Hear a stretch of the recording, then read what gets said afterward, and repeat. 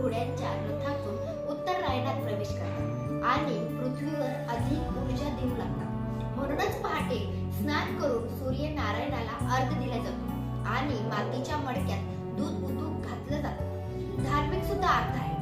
दूध हे शुद्धता, सात्विकता, जीवन शक्तीचं प्रतीक आहे। मातीचं भांड पंच महाभूतांचं प्रतीक आहे। या दोघांवर सूर्यकिरण पडल्यावर सूर्यदेवांची कृपा त्या दुधात सामावते।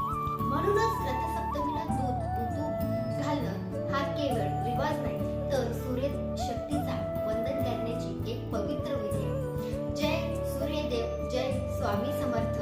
हा व्हिडिओ तुम्हाला आवडला असेल तर सबस्क्राईब। श्री स्वामी समर्थ।